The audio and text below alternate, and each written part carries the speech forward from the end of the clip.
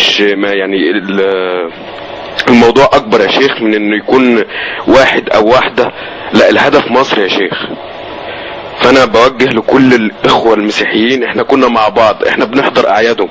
انا ليا اصدقاء مسيحيين كتير بحضر اعيادهم في كنيستهم، وهم بيجوا يحضروا اعيادي معايا في البيت. في عيد الاضحى بيجوا ياكلوا من الاضحية وانا في اعيادهم بروح احضر معاهم. لما يكون عندهم حد متوفي بروح لهم كنيستهم وبمشي ورا المتوفي. ولما يكون حد عندنا متوفي بيجوا يدخلوا الجامع وبيمشوا ورا المتوفي. انا عايز اقول للناس كلها ان احنا اخوات اخوات اخوات ومصريين، بصرف النظر عن مسلم او مسيحي. احنا مصريين، والهدف من الفتنة دي مصر. لو حطوا لك اكل بتاكل يا احمد؟ ايه يا فندم؟ لو حطوا لك اكل بتاكل؟ ايوه يا فندم، بس اكل حلال حلال حلال، يعني اكل بكون متاكد ان هو حلال، وهم بيقولوا لي ان هم لا هو بص، هو معظم النصارى في مصر ما بياكلوش لحم الخنزير، معظمهم يا فندم. طيب انت لو حطوا لك شاي تقول لهم انا عايز حاجه ساقعه عشان مقفوله؟ لا طبعا. طيب بالله عليك يا احمد وانت مسلم، لو واحد كده مثلا نصراني راح مديك كوبايه شاي وانت قاعد جنبه في البيت، عرفت منها رحت دلقها في اي حته ولا حاجه؟ لا. طب لو حد مسلم عمل كده تزعل منه ولا ما تزعلش؟ طبعا ازعل منه. والنبي يزعل منه طبعا يا شيخ. والقرآن الكريم يزعل منه، لأن الله سبحانه وتعالى أحل طعامهم وأحل شرابهم. ويا شيخ غير كده وكده يعني. حتى طب أسألك سؤال يا أحمد بعد إذنك تاني. اتفضل يا شيخ. أنت في جماعة مسلمين يقول لك لو سلمت على مسيح اتوضى، الكلام ده ينفع؟ لا طبعا يا شيخ. جابوه منين بقى؟ النبي قال كده؟ لا طبعا. هو الصحابة قالوا كده؟ انسان يعني ما انسان زيه زي انسان زي. طيب لو استلفت قميص بتاع واحد صاحبك تقول استحمى بعده عشان ده قميص مسيحي؟ لا يا شيخ، ودي مش من اخلاق الاسلام. انا مبسوط قوي، انت كده مسلم فاهم الحكايه. مش من اخلاق الاسلام يا شيخ. وبعدين لكم دينكم ولي دين، زي ما ديننا قال لنا لكم دينكم ولي دين. طب انا اقول لحضرتك حاجه، والدين بتاعنا ما قالناش نقطع. هل يتساوى الذين يؤمنون بعيسى كالذين يعبدون البقر؟ لا طبعا يا شيخ. هذا انت بتحب سيدنا عيسى؟ انا طبعا يا شيخ. لا يكمل ايمانك الا به. طبعا لا يكمل ايماني الا به، لانه نبي من الانبياء اللي موجودين في القران، والنبي اتكلم عنهم، الرسول اتكلم عنهم، ويعني من اطهر الخلق. احنا عايزين نعمل صلح النهارده كده بين المتخاصمين، بين المسلمين والمسيحيين في قناه الحافظ. مفيش متخاصمين، هي فتنه يا شيخ. اللي هم احمد بتوع صول بالذات، اذا كانوا سامعيننا دلوقتي. يا شيخ، الموضوع زي ما قلت لحضرتك ان مصر مستهدفه، لا مستهدف لا مسلمين ولا مسيحيين. تمام. يعني اللي عمل كده هدفه ان يحصل فتنه عشان مصر تقع. صحيح. مش عشان ان الكنيسه تقع، او ان المسيحيين يردوا ويوقعوا جامع او كده. لا، الهدف ان هي يكون فتنه في مصر. كلامك جميل يا استاذ احمد، اشكرك شكر جزيل. هي فتنه، الجماعه يقول لك ده من بره، وجماعه يقول لك من جوه. هي دي الفتنه. تجعلوا الحليم حيران. هي اتسمت فتنه ليه؟ لانها الراجل الحليم تلاقي شيخ قوي في دينه تقعد تسمع منه كلام طيب، ويكلمك كلام يعني ويؤصل له، وبعد كده تتعرض عليه قضيه معينه زي القضيه دي. هي فتنه من بره ولا من جوه؟ جماعه يقول لك ده الشرطه والحزب الوطني، جماعه يقول لك اصل اسرائيل والدول الغربيه وامريكا مش عايزانا نقعد مع بعضنا، وعمالين عايزين يقطعوا اوصال البلد. النهارده اول مره اسمعها في الاذاعه وانا جاي اكملنا في السياره، اول مره اسمعها يقول لك ليبيا عايزين يقسموها ثلاث اماكن اذا القضيه خطيره. اخر اتصال معانا، اتفضل. الو. اتفضل يا اخي الحبيب. السلام عليكم. وعليكم السلام ورحمه الله وبركاته. ازيك يا مولانا؟ ربنا يبارك فيك. احمد صالح مع حضرتك. اهلا استاذ احمد. عايز اقول لحضرتك بالنسبه لموضوع التطفيح ده، بامانه ربنا حاجه دسيسه، وكل الناس عارفاها جايه منين. منين؟ كل الناس عارفه ان الحاجه دي جايه لنا منين. منين؟ قول. جايه لنا من الاجهزه اللي اتحلت والنظام السابق والحاجات ده كله عارفينه.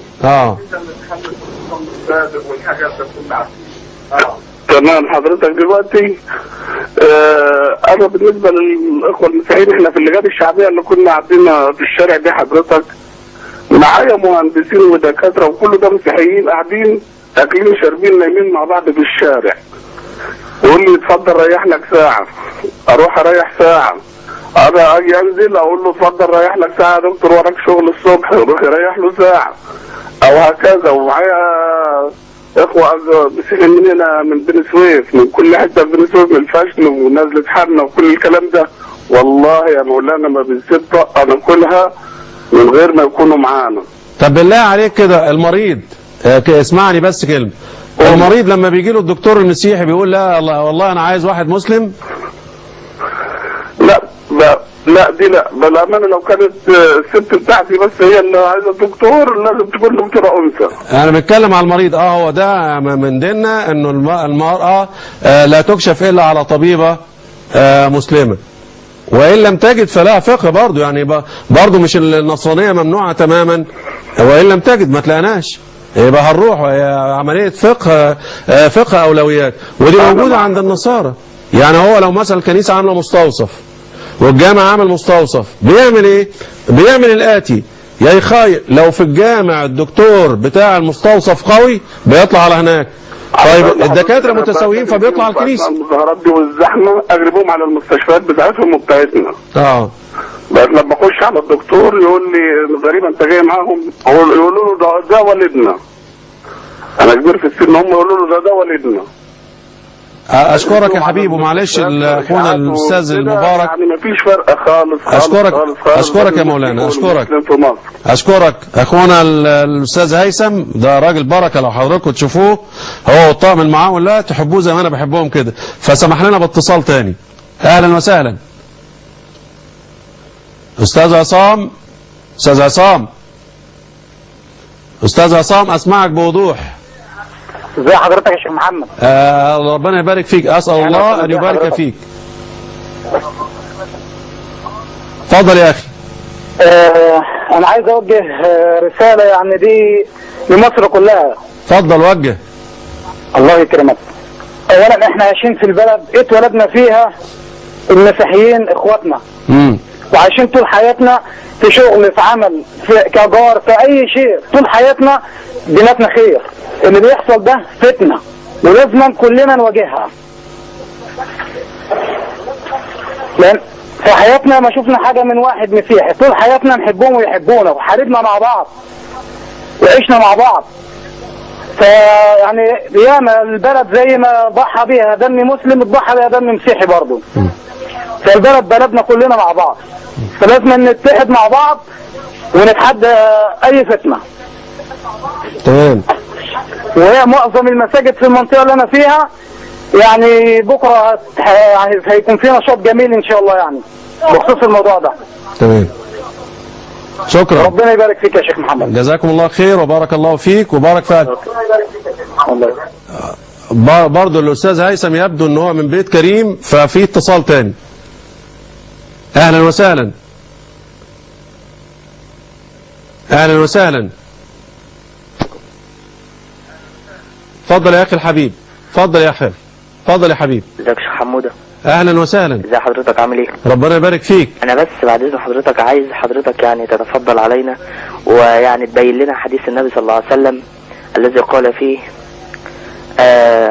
انه من يعش منكم بعد فسيرى اختلافا كثيرا. صحيح. فعليكم بسنتي. نعم. فعايز حضرتك يعني في عجاله كده تبين لنا ازاي نتمسك بسنه النبي صلى الله عليه وسلم في هذه الظروف وفي هذه الفتنه العصيبه التي تمر ببلدنا مصر. وجزاك الله عنا خير الجزاء. وجزاك وبارك فيك. كلام طيب.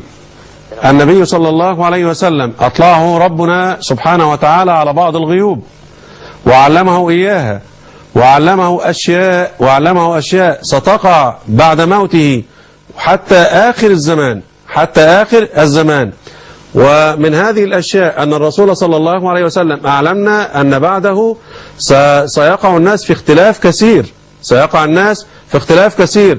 وها أنتم ترون تعددت المذاهب، مذاهب في العقائد، مذاهب في الفقه، مذاهب في كتابة السير، مذاهب في التفسير، مذاهب في كل شيء، مذاهب في كل شيء. وأنتم ترون الآن الناس تفرقوا، دينهم واحد، ربهم واحد، رسولهم الذي أرسل إليهم هو خاتم الأنبياء وخاتم المرسلين، وكذلك الكتاب كتاب مهيمن على كل الكتب. إذن إلى ما الخلف؟ إلى ما؟ وهذه الضجة الكبرى علامة. إذن إيه الخلاف اللي موجود؟ والناس قسموا أنفسهم أحزابا وشيعا. صدق رسول الله. إذن لا مخرج من ذلك ولا مفر من الاختلاف إلا أن يجتمع الناس على حديث قاله النبي أو آية نزلت عليه صلى الله عليه وسلم، يفهمون عن النبي مراده وعن الرسول، يفهمون عن النبي مراده ويفهمون عن ربه ما جاء في كتابه واضح جلي. فلعنة الله على الخلاف. وهذا ربنا كل المختلفين وخاصة في الأيام القادمة.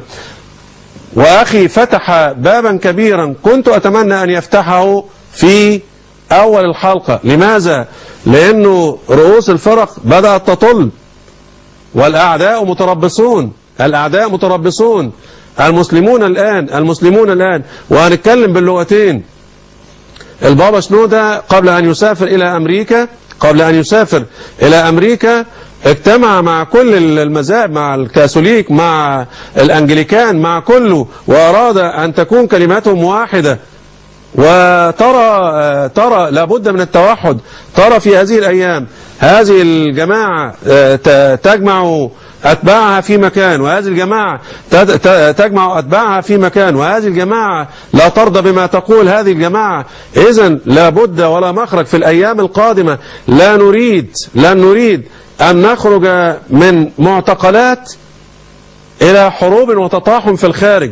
لابد أن يجتمع المسلمون على كلمة سواء كمراد الرسول صلى الله عليه وسلم.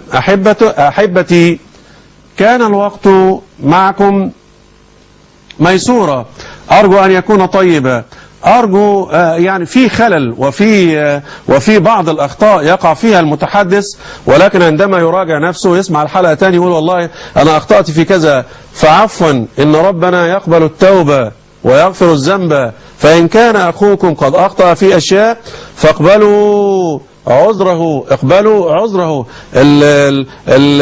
شدة الحب النهاردة كانت الفولت بتاعها عالي وما كنتش أنا قادر عليها. يعني إيه، أنت متخيل كده قناة الحافظ قرآن وسنة يخش فيها سمير ويخش فيها أمير ويخش فيها صباح ويخش فيها المسلمون والنصارى، وفي مظاهرة تتفق مع ما جاء في كتاب الله وسنة النبي صلى الله عليه وسلم. هذا مرادنا أن تنقشع الغمة. وأقول لكل الذين تيقظوا أو مستيقظين حتى الآن، ودليلة الخميس الناس بتصحى فيها، من أهل صول، أرجو، ذهب إليكم العلماء، ذهب إليكم الأكابر، ذهب إليكم من وعظوكم. يعني هتتوقف صول ومصر كلها تهلك علشان كنيسة تهدت، وعشان بنت حبت ولد من النصارى، وعشان راجل اتقتل، وعشان شاب. نتوقف عند هذا، وكل شيء بقدر. رب العباد بيقول كده: إن كل شيء خلقناه بقدر. فهذه أقدار الله تسير في الحياة. وأرجو أن أستمع في النشرات غدا أن أهل صول عادوا إلى طبيعتهم وتسامحوا، والقوات المسلحة تبني لهم الكنيسة بتاعتهم، ثم بعد ذلك نترحم على موتانا وموتى المسلمين. أحبتي، لا يتبقى إلا أن أحييكم بتحية الإسلام. السلام عليكم ورحمة الله وبركاته، وأراكم إن شاء الله في الخميس القادم. هون أخي هم الحياة، فاطفض بما